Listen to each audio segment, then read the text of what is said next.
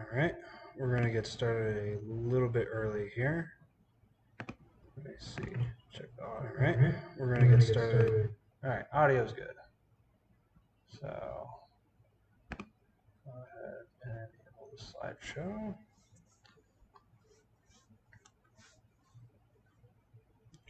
Let's give it about 5 minutes for folks to kind of filter in, realize that we've gone live, and I'll start chatting.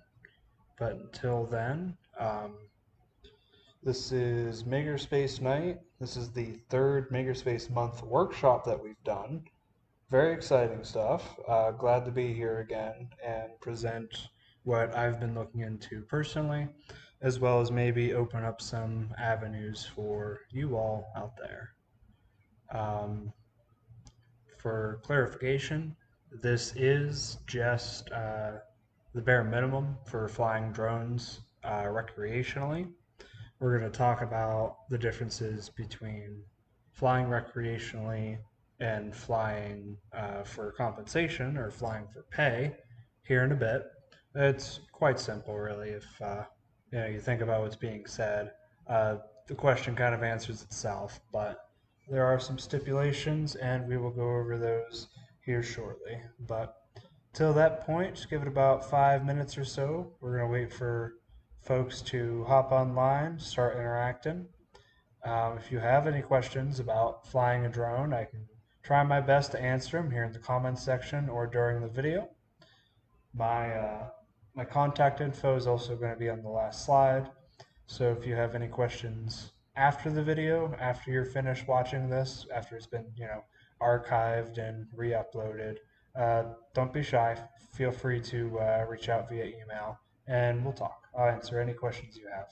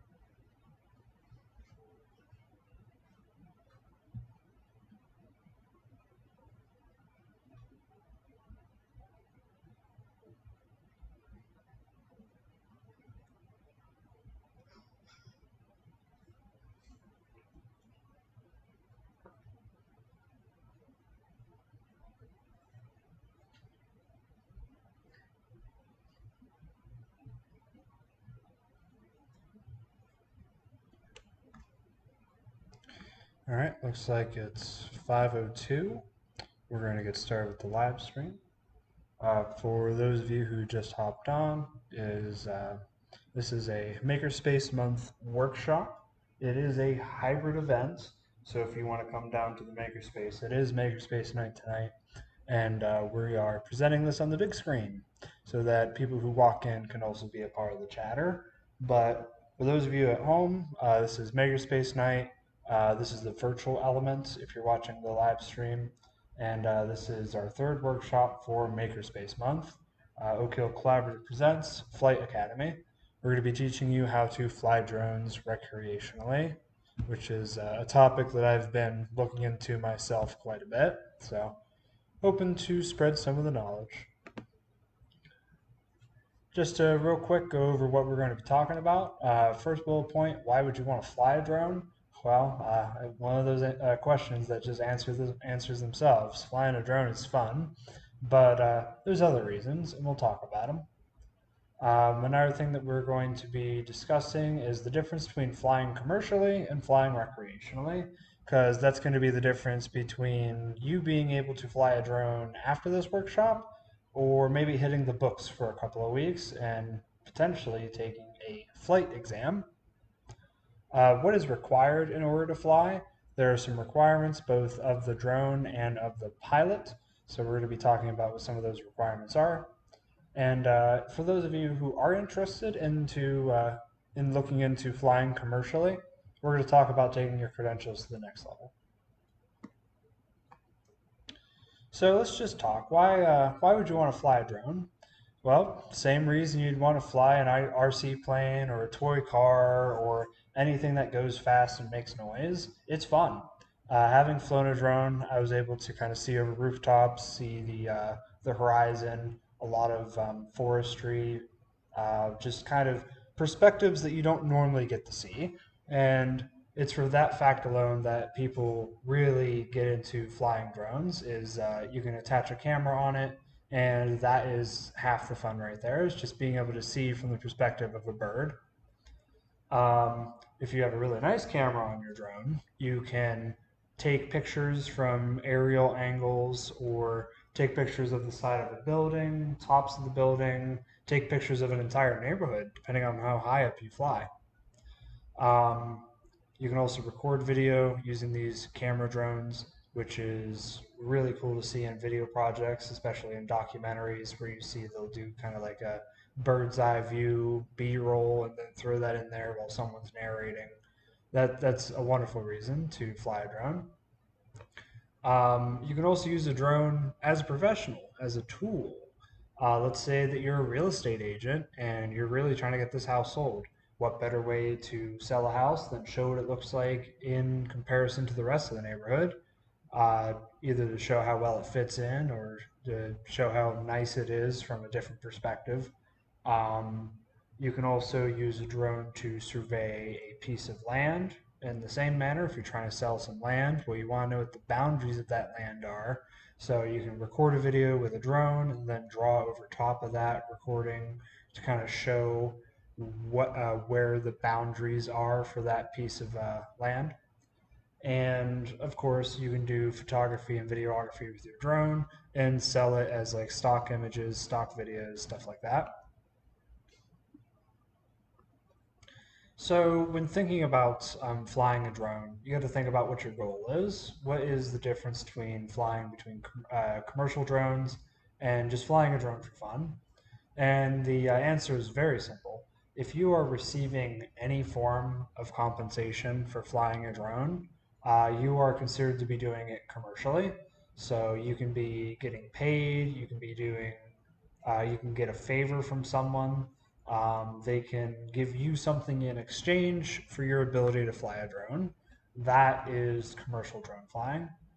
If you are flying for the purpose of just seeing new sites, flying for fun, flying for research, or anything like that, you're doing it non-commercially. You're not trying to sell anything that that drone is going to be making. So just to kind of iron out the details, here's a couple of examples of different types of drone flying. So let's take our fake people or fake person Jimmy here. Jimmy is studying to become a commercial drone pilot, and because of this, his workplace asked him to fly the drone over the company building while he's on the clock, while he's being paid hourly. For a commercial that they're filming, is this commercial or recreational? Well, I kind of gave away the answer in the question, but it is commercial.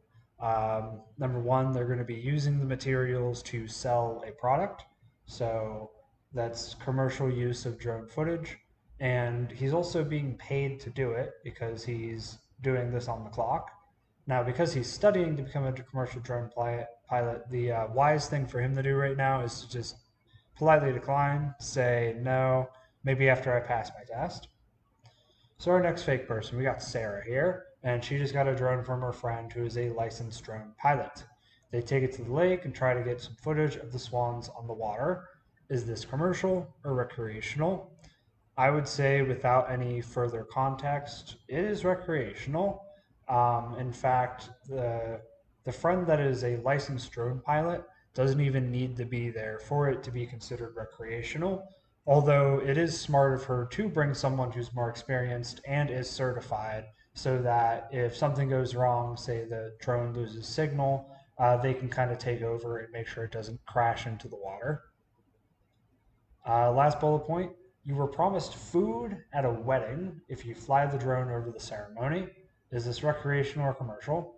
Funnily enough, this is commercial. This is a form of exchanging services done with your drone in exchange for some kind of compensation. Food's considered compensation, equipment, money, promises, favors, you name it. Now, is the FAA going to breathe down your neck because you flew a drone for a favor? Probably not. But if you do it enough times for compensation, they're going to see your license. So let's talk about the requirements for flying a drone. There are two things required for drone flying. There is the drone pilot, which is you, me, a person, hopefully, and then the drone itself.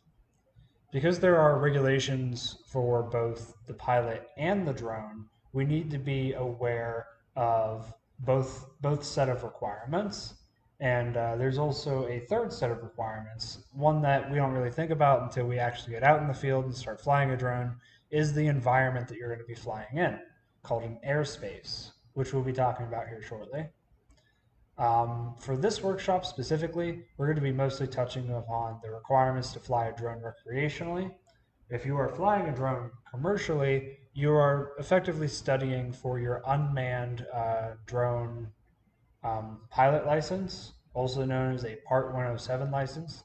Part 107 referring to the rules that you are studying. We'll talk about those a little bit, but the goal with that is primarily going to some sort of flight academy or training yourself through resources found on the FAA website, which we'll talk about. So here's some things that you need to know to fly a drone recreationally. Without a Part 107, it's ideal that the drone is under 0.55 pounds or under 250 grams. And the pilot in command needs to take a safety test, also known as the trust. There are a lot of organizations offering this exam for free, and it's not difficult at all. If you've ever had to sit through, corporate policy training, it's dry, but it's not complicated, and it will go over further in depth a lot of the things that we're going to talk about today. But other requirements are that if the drone is over 0.55 pounds or over 250 grams, it does need to be registered with the FAA, and registering your drone typically costs around $5. It's recommended to register your drone anyway if you plan on getting your Part 107, as a registered drone is a requirement for flying commercially. So it doesn't hurt to just do it preemptively, whether your drone is over the weight limit or not. So the drone itself, it cannot fly faster than 100 miles per hour. And I know that the drone that I fly, it only goes about 45 miles per hour in sport mode, which is the fastest it will go. So I don't need to worry about that typically. Um, Another thing to be concerned about is that the drone cannot fly higher than 400 feet above ground level. Now, what does this mean?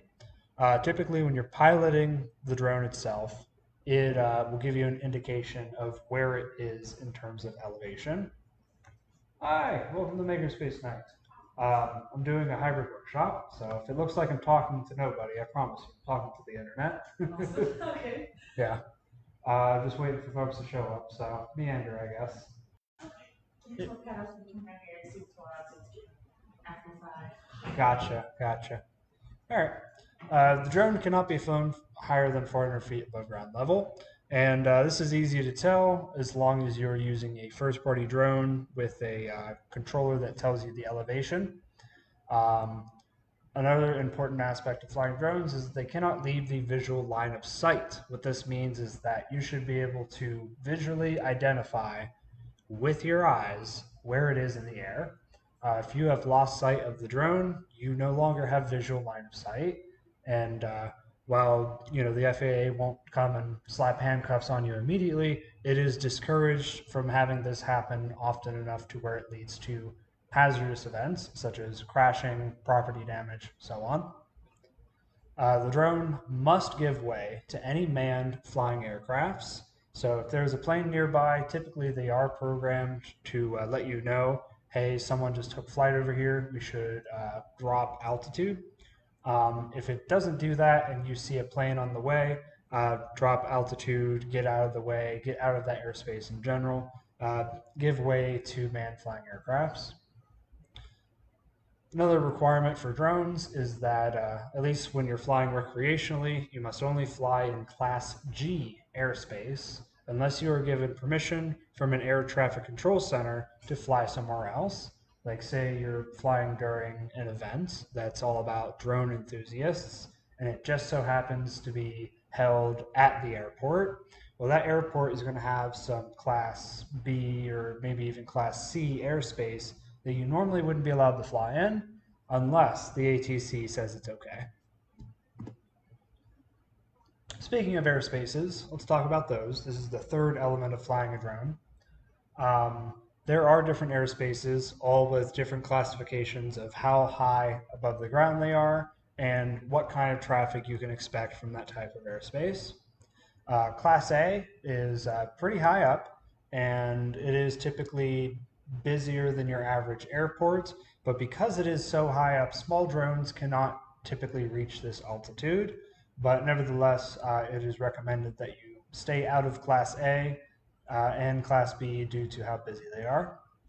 Now, Class B airspaces, depending on the drone, are available to Part 107 licensed pilots with permission from the FAA and obviously some communication with the Air Control Center. Class C is the smallest airspace with about 4,000 feet above ground level. This is an area surrounding the airport and typically has minimal traffic. This is going to be your airplanes that are either just taking off or just landing. Permission is still required from the FAA to fly in these spaces, however. Oh, I lied. Class C is not the smallest. Class D is the smallest airspace with 2,500 feet above ground level and a diameter of about 5 miles. So pretty small bubble. And again, this is going to be where airplanes are taking off and landing. Class E may extend from the surface or a designated altitude to overlaying / adjacent airspace. So think of this as like the gaps between airspaces. Still considered regulated and you still need permission. Class G is uncontrolled airspace, but not unregulated, meaning that you are allowed to fly in these spaces without permission, but you still need to adhere to drone guidelines. And this is typically about 700 to 1,200 feet above ground level. So let's talk a little bit about restricted flying areas. These are spaces that you will find at any altitude because they're not necessarily tied to specific areas in the sky. In fact, they're tied to geological locations on the ground that are typically government buildings, airports, local government buildings, and there may even be temporary restricted flying areas put out by the police or a fire station. Let's say there's a wildfire nearby. Well, because firefighters use drones to do search and rescue missions, they will put out a temporary restricted flying warning over a specific area. And a lot of this information is live, like in real time. It's pretty easy to check. Now, I have a DJI drone, so I use a different app for checking my restricted areas. And if you use a different drone, your controller is going to tell you different areas on the map using a different service. But if you have a DJI drone like myself, you can just look up any address. So let's say Warren, Ohio. Look up Warren, Ohio, takes us over here, and it doesn't seem like, at least not at this scale, there are any restricted areas. What's this one here? That's just the location. All right, let's try Oak Hill again. Go back here. You'll see that there are a couple of restricted areas marked on the map, and when you click on them, they have like this red outline of the area that is restricted. This means that you cannot have your drone overlap with this area at all, no matter what the altitude is. So I can't exactly open it for some reason, but it is the Mahoning County Juvenile Justice Center, and because of that, we're not allowed to fly our drone over there. It's considered a restricted area. And over here, normally it would give you a nice little preview, but it's acting up on me. You can see here in the preview, when you click on it, it'll tell you the name of the facility, and it'll typically tell you why it's a restricted area, such as being a prison.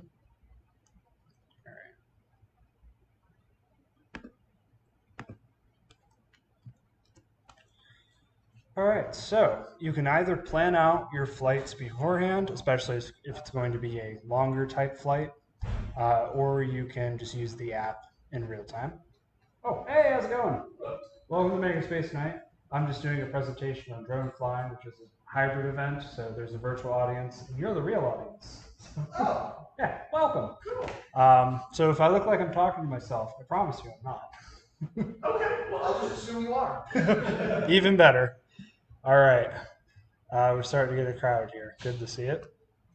So as I was saying, when you're planning your flight out or when you're talking with someone about where you're going to fly the drone, having this tool open will help you realize that your path may intersect with restricted areas, helps you plan in advance.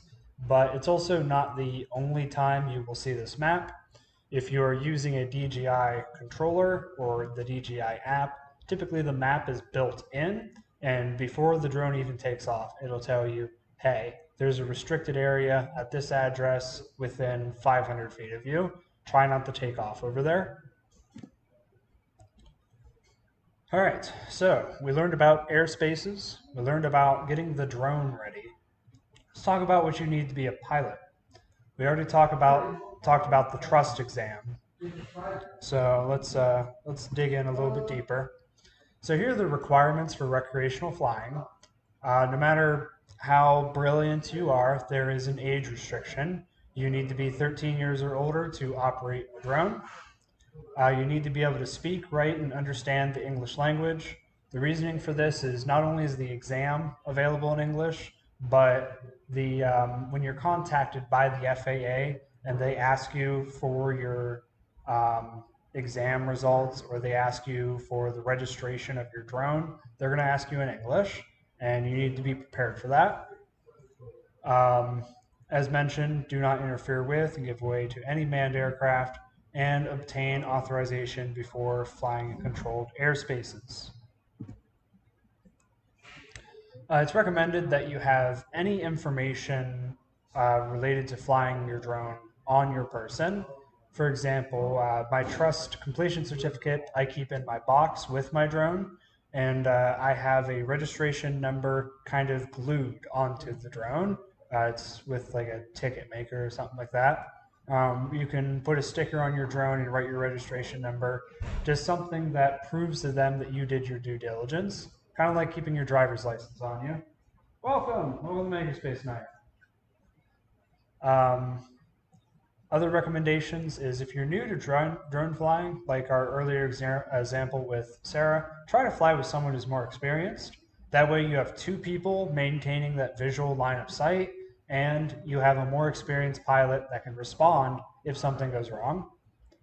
Another recommendation is be acutely aware of your surroundings. When you're flying a drone, there's almost three things to keep track of at all times: the drone in the air, the camera on your screen, and just what's going on around your person. If you're in a busy area like downtown, you don't want to bump into someone because your head's in the clouds. So that's where it would also help to have someone with you, someone to keep an eye out for the drone while you're checking the camera, or have someone maintaining a visual line of sight while you're checking your surroundings. Don't fly at night unless your drone has the appropriate lights and you can maintain a visual line of sight of the drone while doing so. If you cannot maintain visual line of sight, then bring the drone closer than your normal operating distance. So let's go through some things here. This is just a bunch of words on a slide, so I'm going to flip between some tabs to help illustrate my point a little bit better. So let's assume that you passed your trust exam and you registered your drone with Drone Zone. Drone Zone is the FAA approved entity that will help you register your drone and give you your registration number. To prepare for your Part 107 commercial flying exam, you can pay for flight boot camps, which are just online classes that kind of streamline you through the process. There are, however, free classes brought to you by the FAA, and they're a bit dry. They are, for what it's worth, free classes. You get what you pay for. But if you take the ALC 677, that is the course that is recommended for pilots who are not pursuing a Part 61. Part 61 is a different aviation license, but it ties into the Part 107. So they have a version for those who already have their Part 61 and want their 107. And then they have a version for those who are just looking for their 107, which is this Part 107 small AUS recurrent. I haven't taken that one yet because I took the other one, the one that assumed I was a Part 61 pilot, which I am not, but I appreciated the extra information anyways. So now that you've taken the class and you've learned everything that you need to learn to fly commercially, you need to get an FTN, which is a FAA tracking number. If you couldn't tell, these guys love their acronyms. Now this FTN is required to register for an account on the IACRA site, which is used to facilitate the exam, not schedule it. That's a different site entirely. So let me see here.